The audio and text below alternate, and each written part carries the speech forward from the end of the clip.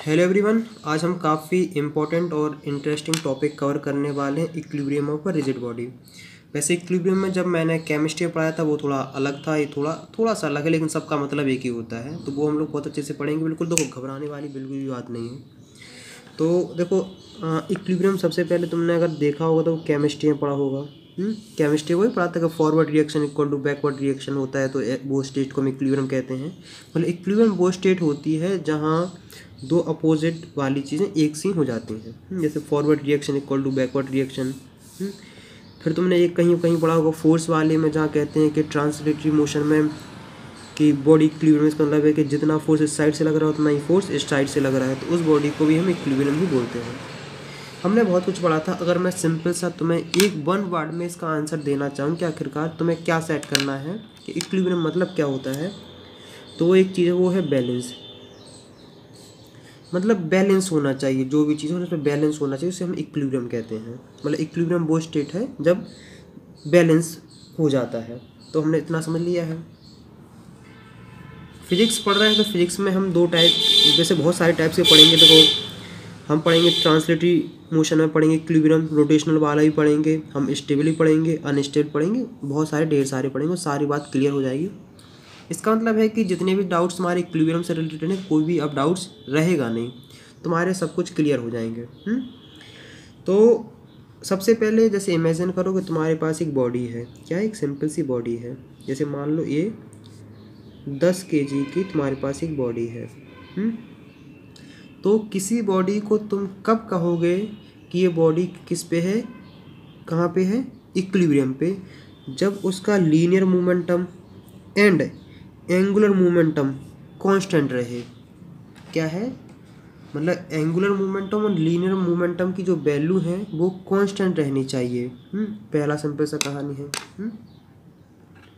अगर मैं तुम्हें और वन वर्ड में आंसर बताऊं तो तुम्हें एक सिंपल सा याद रखना चाहिए कि जी जितने भी इसके ऊपर फोर्स लग रहे हैं, F net equal to 0 and t naught, मतलब जितने भी टॉर्क लग रहे हैं उन दोनों चीज़ों की वैल्यू 0 होनी चाहिए।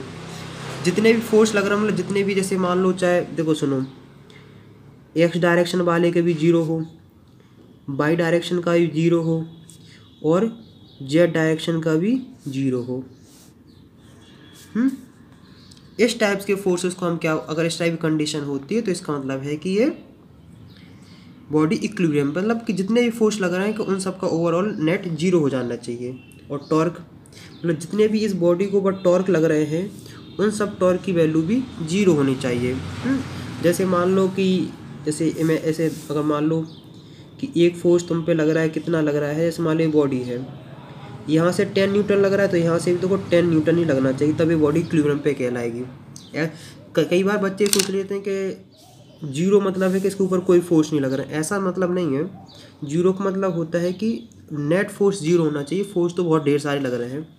देखो, इस बॉडी पे फोर्स लग रहे हैं ना, लेकिन फिर भी इक्विलिब्रियम पे, क्योंकि जो 10 - 10 करोगे 0 आ जाएगा, मतलब एफ नेट की वैल्यू 0 हो जाएगी। जैसे ये बॉडी है तो इस पे टॉर्क T1 है, वो मान लेते हैं हमने 20 मान लिया है। एक फिर मान लिया, दूसरा मान लिया 20 मान लिया, तो जब ओवरऑल देखेंगे F T not torque not तो 0 आनी चाहिए, उसको हम इक्विलिब्रियम कहते हैं। अब हम समझेंगे आखिर इक्विलिब्रियम में क्या क्या चीज़ें होती हैं, क्या होते हैं इक्विलिब्रियम में, आखिरकार क्या कौन कौन सी चीज़ होती है। जैसे बॉडी है तो इस बॉडी का जो सेंटर ऑफ मास होगा, क्या होगा, centre of mass. Centre of mass वो पॉइंट होता है जहाँ हम मानते हैं, एक हाइपोथेटिकल पॉइंट है, वो पॉइंट होता है जहाँ हम मानते हैं कि इसका सारा मास उस पॉइंट पे कंसंट्रेटेड है। जैसे अगर मैं बोल लूँ कि तुम्हारे पास ये रॉड है, यूनिफॉर्म रॉड है, तो उसका जो सेंटर ऑफ मास सेंटर में होता है। तो हम जब भी कैलकुलेशन करने की कोशिश करेंगे तो अगर ये इतना रहेगा तो इसको सिंपल पॉइंट में भी हम लोग समझ सकते हैं, ताकि आसान हो जाता है। लेकिन रियली में से कोई चीज़ नहीं होती कि इसका सारा मास यहीं कंसंट्रेट होगा। हाइपोथेटिकल पॉइंट है, किस लिए कि हम ताकि उसके मोशन के बारे में समझ सकें। इतना सा फंडा हमने सेंटर ऑफ मास का कॉन्सेप्ट इसलिए लाए थे। देखो, लीनियर एक्सेलरेशन है, linear acceleration of centre of mass, जो सेंटर ऑफ मास है ना बॉडी का, उसका लीनियर एक्सेलरेशन 0 होना चाहिए। मतलब कि BCM मतलब centre velocity of centre of mass जो चेंज है वो जीरो होना चाहिए, मतलब सेंटर ऑफ मास जो है उसकी वेलोसिटी में कोई भी चेंजेस नहीं आनी चाहिए, पहला। दूसरा है, देखो ए वाली कंडीशन किसके लिए सेटिस्फाई हुई, ट्रांसलेटरी इक्विलिब्रियम के लिए हो गई है।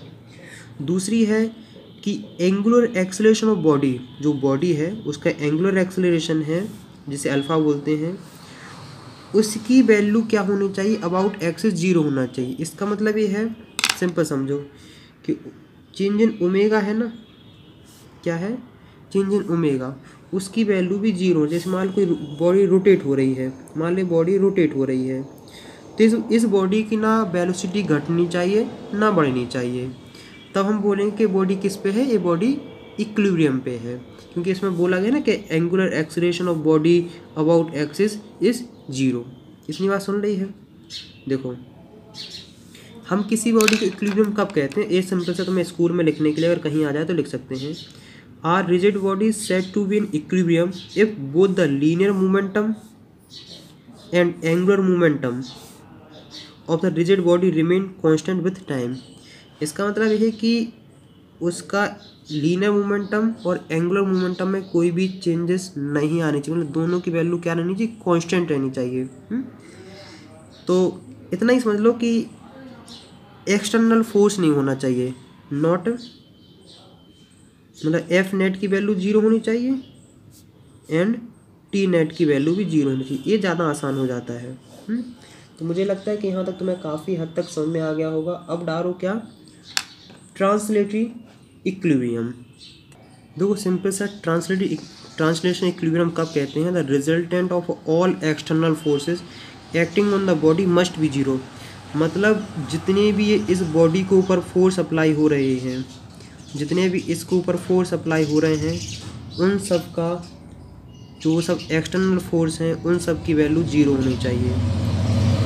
अगर एक्सटर्नल फोर्स की जीरो नहीं होगी तो यहाँ लीनियर एक्सेलरेशन आ जाएगा। क्या होगा, अगर ये वाली कंडीशन सेटिस्फाइड नहीं होती तो लीनियर एक्सेलरेशन आ जाएगा, और लीनियर एक्सेलरेशन नहीं आना चाहिए। इसका मतलब जितने भी हैं resultant of all external forces must be zero, पहली हो गई है।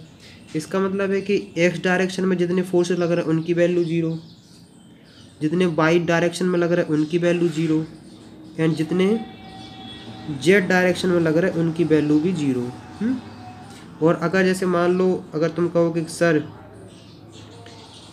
ये वाला फोर्स तो ना एक्स में है ना वाई में है तो ये ना जेड में, तो क्या करोगे, सबसे पहले इसका क्या कंपोनेंट कर लेना चाहिए, कंपोनेंट करके हम ज़्यादा आराम से सॉल्व कर लेते, रेजोल्यूशन कर लेते हैं।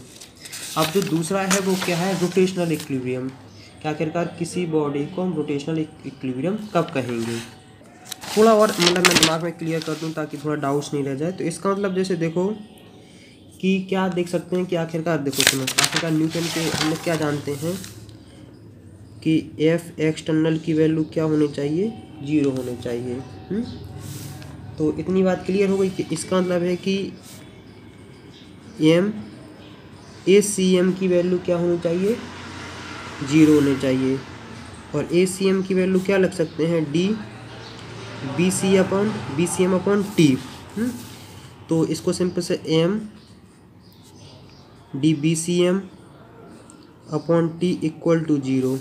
देखो मास तो किसी भी बॉडी का जीरो नहीं हो सकता है, मास तो जीरो नहीं हो सकता है। इसका मतलब है कि ए वाली कंडीशन क्या हो जाए, जीरो हो जाए, d b c m upon d t equal to zero.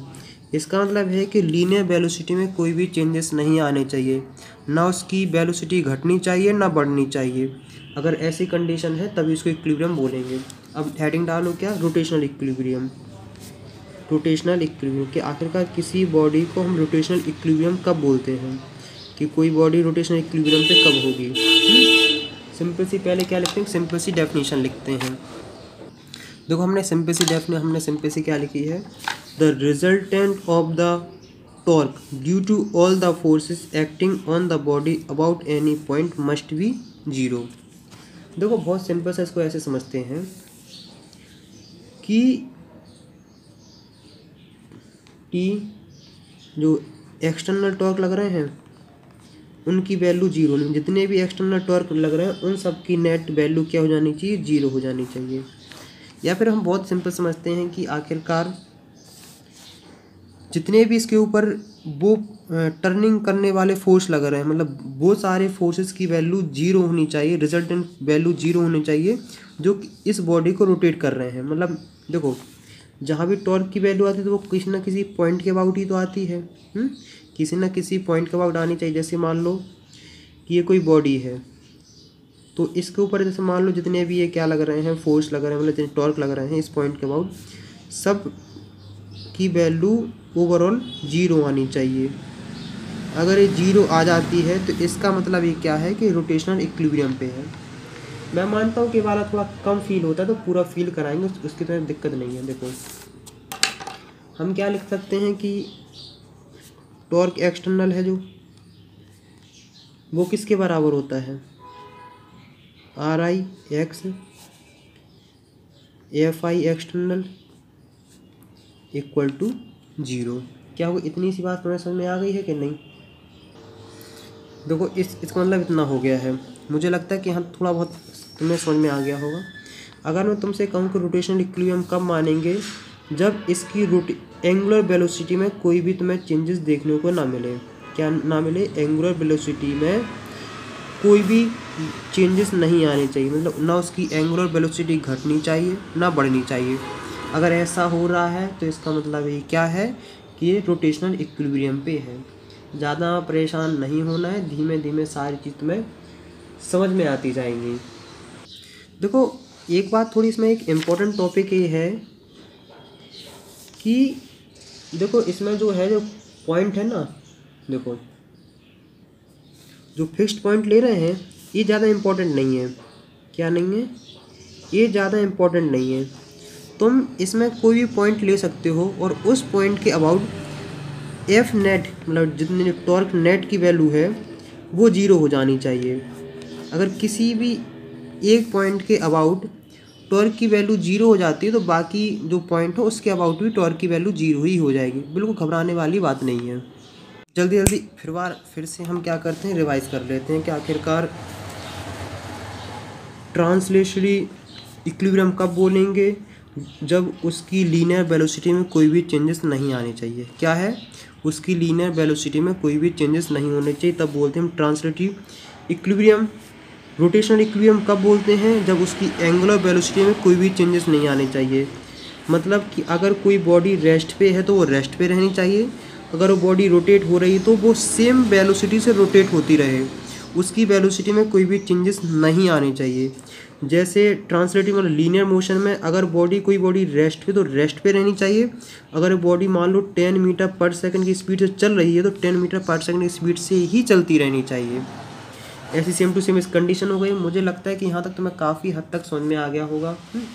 अब हम पढ़ते हैं इनके टाइप, स्टेबल अनस्टेबल। ये काफ़ी मतलब मज़ेदार है, ज़्यादा डेफिनेशन टाइप से पूरा हो जाएगा। तो हेडिंग डालो क्या, स्टेबल अनस्टेबल और न्यूट्रल इक्विलिब्रियम। तो सबसे पहले हम समझते हैं क्या स्टेबल इक्विलिब्रियम। तो कुछ सिंपल सी कहानी हम यहाँ से समझते हैं आखिरकार कि स्टेबल इक्विलिब्रियम क्या है।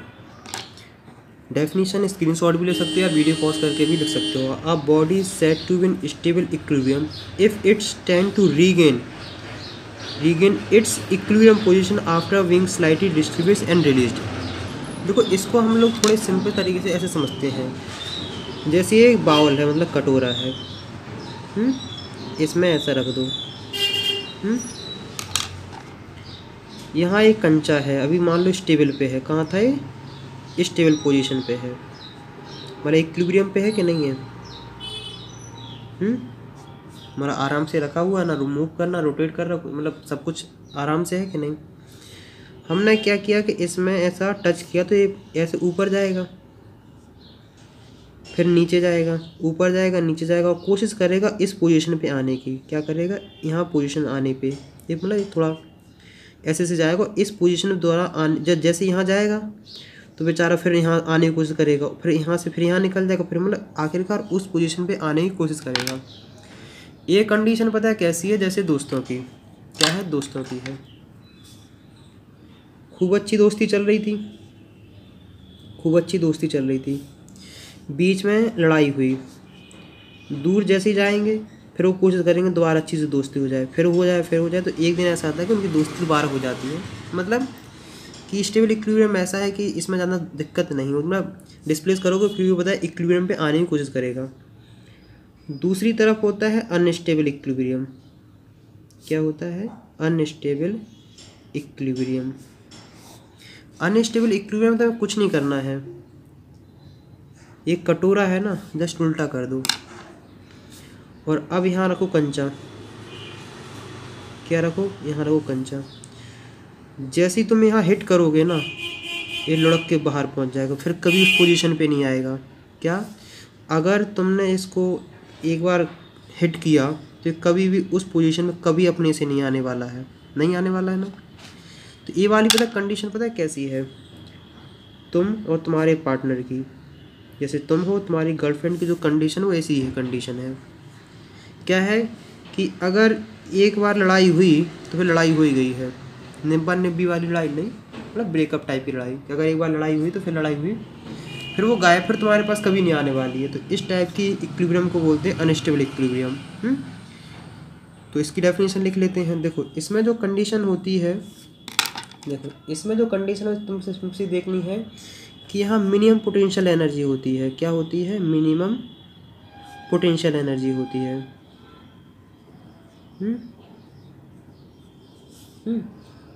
और जब हम बॉडी को डिस्प्लेस करते हैं, क्या करते हैं? जब हम बॉडी को डिस्प्लेस करते हैं तो जो सेंटर ऑफ मास होता है वो गोस हायर, हाई पे जाता है। यहाँ कंडीशन जस्ट अपोजिट हो जाती है। इसके पास पता है क्या होती है? इसके पास होती है मैक्सिमम पोटेंशियल एनर्जी। क्या होती है? Maximum potential energy. पहली कंडीशन। और दूसरी क्या होती है कि इसका जो सेंटर ऑफ मास होता है ना, जो सेंटर ऑफ मास होता है वो गोस लोअर। इसमें सेंटर ऑफ मास लोअर की साइड जाता है। इसकी सिंपल सी डेफिनेशन लिख लेते हैं। देखो सिंपल सी डेफिनेशन है, body said to be in unstable equilibrium, its get further displaced from its equilibrium position after being slightly displaced. मतलब देखो इसकी ये क्या है? इक्विलिब्रियम पोजीशन है। अगर इसे डिस्प्लेस किया तो इस इक्विलिब्रियम पोजीशन से दूर चला जाएगा और कभी भी अपने इक्विलिब्रियम पोजीशन पे नहीं आने वाला है। तो इसको बोलते हैं अनस्टेबल इक्विलिब्रियम। अब एक तीसरा टाइप का होता है, उसे बोलते हैं न्यूट्रल इक्विलिब्रियम। क्या होता है? Neutral equilibrium. थर्ड टाइप का है वो डालो न्यूट्रल इक्विलिब्रियम। ये बड़ा अच्छा शांत स्वभाव का व्यक्ति है, इसमें ज़्यादा परेशान नहीं होना है। क्या हो जाता है भाई? बहुत आराम से, बिल्कुल तुम्हें बिल्कुल ही परेशान नहीं होना चाहिए। पहली बात है कि इसकी जो पोटेंशियल एनर्जी है, जो पोटेंशियल एनर्जी है वो रिमेन कांस्टेंट। क्या है? Remain constant. और जो सेंटर ऑफ मास है ना, उसकी पोजीशन में भी कोई चेंजेस नहीं आते हैं। मतलब क्या है? सेंटर ऑफ मास, देखो क्या है? Centre, it's centres of mass is neither raised,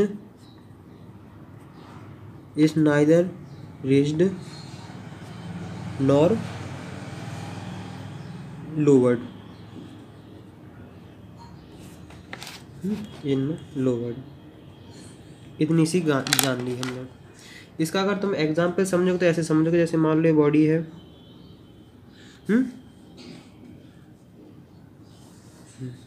जैसे देखो इसमें कहानी है कि अगर तुम यहाँ से इक्विलिब्रियम से डिस्प्लेस करोगे तो दोबारा इक्विलिब्रियम पे आने की कोशिश करेगा। इसमें क्या, अगर एक बार इक्विलिब्रियम पोजीशन डिस्प्लेस किया तो कभी इक्विलिब्रियम पे अपने से नहीं आने वाला है, इक्विलिब्रियम से दूर चला जाएगा। और न्यूट्रल इक्विलिब्रियम में है कि जैसे मान लो यहाँ इक्विलिब्रियम पोजीशन पे है, इसको डिस्प्लेस करोगे ये दोबारा अपनी इक्विलिब्रियम पोजीशन पकड़ लेगा। समझ रहा है कि नहीं? जहाँ जाएगा वहाँ इक्विलिब्रियम पोजीशन खुद बना लेगा। तो इस टाइप के कहते हैं न्यूट्रल इक्विलिब्रियम। सिंपल सी डेफिनेशन लिख लो। जैसे इसमें घर वाले के हैं या पति पत्नी का रिश्ता, एडजस्ट करते ही रहते हैं। उनने कहा कि आज पनीर खानी, उनके लिए लौकी की सब्जी, उन्हें तब भी खा ली, तब भी खुश। इस टाइप का जो होता है वो न्यूट्रल इक्विलिब्रियम कहलाता है। ये रही सिंपल सी definition. Our body stay in equilibrium position after being slightly displaced and released, it is said to be in neutral equilibrium. मुझे लगता है कि यहाँ तक मैं काफ़ी हद तक समझ में आ गया होगा। फिर भी एक बार मैं क्या करता हूँ, मैं रिवाइज करा देता हूँ कि किसका मतलब क्या है। देखो, इक्विलिब्रियम मतलब वो पोजीशन है जहाँ बैलेंस होता है। ट्रांसलेटिव मतलब लीनियर इक्विलिब्रियम तब कहलाता है जब उसकी लीनियर वेलोसिटी में कोई भी चेंजेस नहीं आए, मतलब उसकी ना वेलोसिटी घटनी चाहिए ना बढ़नी चाहिए। अगर कोई बॉडी रेस्ट पे तो रेस्ट पे रहनी चाहिए, अगर कोई बॉडी मोशन में तो मोशन में रहनी चाहिए। रोटेशनल मोशन का भी यही है कि उसके जो टॉर्क हो रहे हैं ना, जितने भी रिजल्टेंट टॉर्क है ना, उन सब की वैल्यू 0 होनी चाहिए। इसका मतलब है कि उसकी एंगुलर वेलोसिटी में कोई भी चेंजेस नहीं आने। देखो, लीनियर मोशन है, लीनियर वेलोसिटी में कोई चेंजेस नहीं आने चाहिए। रोटेशनल में उसकी एंगुलर वेलोसिटी में कोई भी चेंजेस नहीं आने चाहिए। अगर कोई बॉडी रेस्ट पे है तो वो रेस्ट पे रहनी चाहिए, अगर बॉडी रोटेट हो रही तो रोटेट होनी चाहिए। उसकी एंगुलर वेलोसिटी में कोई भी चेंजेस नहीं आने चाहिए, तब उसे हम बोलेंगे रोटेशनल इक्विलिब्रियम। और किसी बॉडी को इक्विलिब्रियम तब बोलेंगे कि जब रोटेशनल इक्विलिब्रियम भी हो, क्या हो, जब रोटेशनल इक्विलिब्रियम भी हो और लीनियर इक्विलिब्रियम भी हो, तब उसको ट्रांसलेटिव इक्विलिब्रियम हो, तब उसे बोलते हैं हम क्या, इक्विलिब्रियम कम्प्लीटली। हमने 3 टाइप में डिवाइड किया था। स्टेबल इक्विलिब्रियम, स्टेबल इक्विलिब्रियम में ऐसा होता है कि जो अगर उस बॉडी को थोड़ा डिस्प्लेस करोगे तो दोबारा अपनी इक्विलिब्रियम पोजीशन पे आने की कोशिश करता है। अनस्टेबल इक्विलिब्रियम में ऐसा होता है कि अगर उसे इक्विलिब्रियम पोजीशन डिस्प्लेस किया तो कभी भी अपनी इक्विलिब्रियम पोजीशन पे आने की कोशिश ही नहीं करता है, मतलब दूर जाता है। न्यूट्रल इक्विलिब्रियम में ऐसा होता है कि अगर उसे अपनी पोजीशन तुम डिस्प्लेस करोगे तो जहाँ भी जाएगा वहाँ इक्विलिब्रियम पोजीशन बना लेगा, मतलब हर जगह सेट होता जाता है। मुझे लगता है कि यहाँ तक तुम्हें काफ़ी हद तक समझ में आ गया होगा। फिर भी कोई टॉपिक समझ में नहीं आया हो, अगर मैं इससे कोई गलती हो गई हो, जो भी बात हो, तो कमेंट्स में लिखें। मैं कमेंट्स सारे रीड करता हूँ और कोशिश करूँगा कि तुम्हारे इस क्वेश्चन को, जो भी प्रॉब्लम है, सबको दूर करने की कोशिश करूँगा। धीमे धीमे हर चीज़ आसान होती जाएगी। और अगर तुम मेरी हेल्प करना चाहते हो तो कम से कम इस वीडियो को 3 जगह शेयर करें, मतलब 3 फ्रेंड के साथ ये वीडियो ज़रूर से ज़रूर शेयर करें। अगर यहाँ तक देख रहे हो, चाहे वीडियो अच्छी लगी हो ना लगी हो, फिर भी शेयर करें ताकि एक फीडबैक सा मिलता रहे। तो नेक्स्ट वीडियो में मिलेंगे, तब तक स्टडी करते रहो। जो डाउट्स हैं तो कमेंट्स में लिखते रहो।